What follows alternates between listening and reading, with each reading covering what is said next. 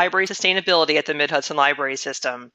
The Engage webinar series is designed to shine a spotlight on libraries who are doing a great job engaging with their communities. Today, we're really excited to be featuring the Julia L. Butterfield Memorial Library in Cold Spring. Jillian Thorpe, the director at the Butterfield Library, will talk to us about her targeted efforts to strengthen the library's connection with the local school district. From outreach with school administrators, teachers, and parents, Jillian and her staff have forged a stronger community thanks to their efforts. Jillian, thank you so much for joining us today. Thank you, Rebecca. I'm really happy to be here to talk about schools and libraries and all things that are important about that. So I'll get right into it. And here I am. And again, I'm the director of the Julia L. Butterfield Memorial Library in Cold Spring, New York. My email address is jbldirector@gmail.com. Feel free to contact me with any questions, comments, thoughts. I'm really happy to hear any of them. So let's talk a little bit about schools and libraries. Do schools need libraries? It's a very simple question and one you should really brainstorm. Think about the type of schools also. There might be public schools in your community, private schools, nursery schools, learning centers. There's a homeschooling community, I'm sure, that you probably aren't aware of, and also religious schools in your community. One of the things about homeschooling, I found on Facebook that there were a lot of homeschooling groups, and I found that they were in my area, and they were talking to each other about needing a place to meet with their kids, to socialize them, and come together maybe for some physical activities or some creative activities. And so I contacted them and offered them our library. And periodically throughout the school year, we have sessions of homeschooling kids that simply come to our library to use our makerspace and socialize. And it's a very simple way for us to help them. But again, if you don't know they're there, you cannot help them. So yes, I do believe that libraries and schools need each other. We particularly need them, and sometimes we forget that. They can promote your library. They promote your services. They can promote your programs, all through word of mouth marketing, all through the kids just enjoying these programs and the teachers enjoying them as well. Okay, but how do you do that? So you have to engage them. How do you engage them? It's not necessarily easy, and it's going to be different probably for every school and every library. Let's think about this. What did I do? I went to the school and I thought about what do they need? I had children in the school. I was familiar with the school because I had become active on different committees. And so I had some insight. I knew that they needed more space. What kind of materials did they have? My particular school didn't have a great children's library. So I knew that there was a void that I could fill. But if I didn't get inside that school or talk to anybody inside that school, I would never have known that. So who are the people that you need to know? This is very important. There are people in every school district, and it's going to be different in every school district, but every single one will have people. So let's brainstorm with who some of those people might be. There are your obvious ones, like the superintendents or your principals, of course, the school librarian, the teachers, and so on. These are the obvious leaders of the school, and certainly it's great to get their support if you can. They're also very busy. So sometimes you might be better off going with the not so obvious people. The administrative assistants, they can really get you in the door. The custodians. I've actually had a lot of help from custodians over the years. In particular, we have a fundraiser called Big Truck Day. And at Big Truck Day, we wanted a school bus. And I contacted the head of the union for the custodians and asked if we could have a school bus. They said, oh, sorry, there aren't any drivers. Well, I knew this particular administrative assistant that I was talking to didn't like me. So, and that will happen from time to time, and you have to work with that.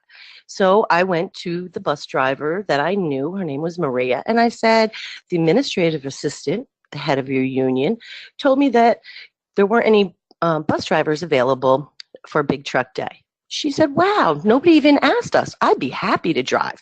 So there I solved the problem, thanked the administrative assistant with a smile, and moved on. So you don't always have to make an enemy. You can just circumvent who doesn't like you or who's not necessarily in your corner. There's going to be somebody that's there for you. The honors students and the teachers that run that, they have been so valuable for our Well, they need community service, but they've been valuable for our fundraisers, for our book sales. They've carried books in and out of the library. For the big truck day, they work the event. They are amazing kids, and if you're not tapping into them, you're missing a great opportunity. Your guidance counselor. Guidance counselor really can help you grow your college prep classes. We found that a lot of the students at Haldane, our school district, were having problems writing their essays for college entrance. They found it difficult to write about themselves, etc. So in talking to the guidance counselor, we decided that we would hold classes here, workshops, just for that purpose. She helped promote it to the parents, and we have always had a waiting list every single time that we have offered this program. In addition, think about your drama department heads and your band teachers and stuff. We've had some great programs and fundraisers where these kids will come and do a little performance for free. For example, last year they were doing Pride and Prejudice at the school for the play, and we had them come down and do a scene during one of our fundraisers. And it was wonderful. It gave them a chance. It got people excited about their play, and it made the fundraiser a lot more fun. So those are some ideas and some people that you should probably think about. But when you approach these people, please make sure that you take it easy. Start with them slow. If you overwhelm them, telling them how much you can help them, they will probably see it as more work for them. I found this to be true when I was on the Haldane School Foundation. Now, the foundation at Haldane sort of works like the PTA, except for they try to raise a little extra money and give it back for the extra things that maybe the teacher or the budget just don't have the money for it, like a field trip or a special guest coming to the school or something like that. In the first few years, we had $10,000 to give away. We couldn't get a teacher to take any of the money. The next year, we had $20,000 to give away. We couldn't get anybody to take the money. We didn't understand it. Why weren't they taking this money? They had all these needs. We had this money for them. They didn't trust us. They didn't know us. They didn't get it. We had to stop, backtrack, make sure that we got their buy-in, find out particularly what their needs were in the classroom, and really work with them. Now, the Haldane School Foundation gives about $75,000 to teachers every single year. Excuse me. So let me brainstorm some specific ideas that worked for me, and maybe they'll work for you too. When you are thinking about your school, you have to remember to communicate, to visit, and to listen. Make sure you're listening when you're communicating and when you're visiting. It's worked out very well for me. For example, Mrs. Finehurst was a third grade teacher, and every month she had a book report. Third grade students weren't the best at searching in the library, and so we often had to help them. We found this to be very last minute that they were running in and all panicked, and we didn't have their books, and we thought, wow, there's got to be a better way. This is a simple solution if we could just find out what the whole year would be of monthly book reports. We made the flyers ahead of time, and we just rotated them every month and put out a display. It was really simple. It saved us a lot of work, but they felt so special. When those parents and those kids came into our library and saw that we knew what they were doing in their classroom, they were like, wow, this is unbelievable. And yet it was so simple. Visit your school. Go into your district. Ask to take over your school library for a day. We did this, and we had great success with it. We found that our fifth graders were starting to not really sign up for summer reading anymore. So we went to the school, asked if we could go to every fifth grade library for an entire week. And we talked all about summer reading, got them excited about the library as much as we could, and brought iPads and physically signed them up for summer reading right there on the spot. Worked really, really well. Listen, you never know what you will overhear. I overheard parents complaining one day about how Mrs. Wendell's class did a Rosa Parks play every Martin Luther King Jr. Day. Parents absolutely loved the play, and it was adorable, but it was just so cramped in this small classroom. And so I emailed her and I said, hey, next year when you're thinking about doing that play, why don't you consider doing it down here at the library? Easy for parents to park. You can do it even before the library open. It was a huge success. She's done it almost every single year. And I get parents in my library that probably otherwise wouldn't walk in my door. Once they are in your door, you kind of have them. So those were some of the things that definitely worked for me. But you can never stop. You can never stop looking for different ways to stay connected because the school will always keep changing. People leave, kids move on, parents leave. You need to always stay. It's changing. Download that school calendar every single year. I actually have just started putting the school calendar on my library calendar because then I don't ever forget about a school vacation or something, and I plan my programming accordingly. Volunteer at the school if you can, and or get your staff to volunteer. Participate in enrichment programming if school offers it. For example, Haldane offers a PTA enrichment program after school. At one point, I actually saw this as competition to me. And I used to do crafts after school. And you know what? It really wasn't a great time to do programming at my library because we are packed with children in the library every day and we're very small. So to add the program to it wasn't really working.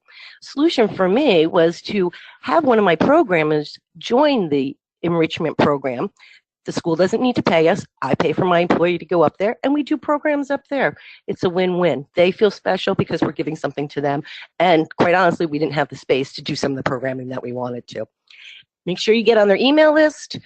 I even have Google alerts for my school, so I see what's happening every day at my school. Make sure you send a congratulatory note to somebody that's done well. Have that personal relationship. If you can establish it, it will take you very far. Try to know the kids in school, if possible. Stay in touch. Buy materials to support the school activities and invite your school staff inside your library. Now remember that there will be pitfalls. Make sure you address a specific person and don't generalize.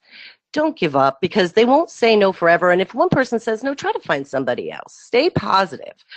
Don't ever promise something that you can't deliver. That would be horrible. And don't ever forget to follow up. And when you have their attention, please tell them more. Get them excited about your library. You never know what little thing you might hit on that might spark an interest for them. Always get their support.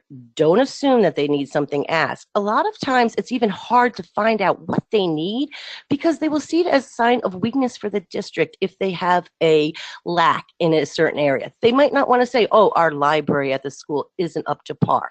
So don't be so direct so that they feel like they're lacking in some way. Just show them that you're there to just be that extra support.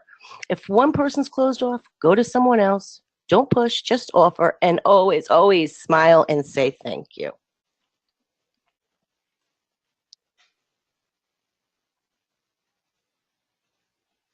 That's the end. Great. Thanks, Jillian.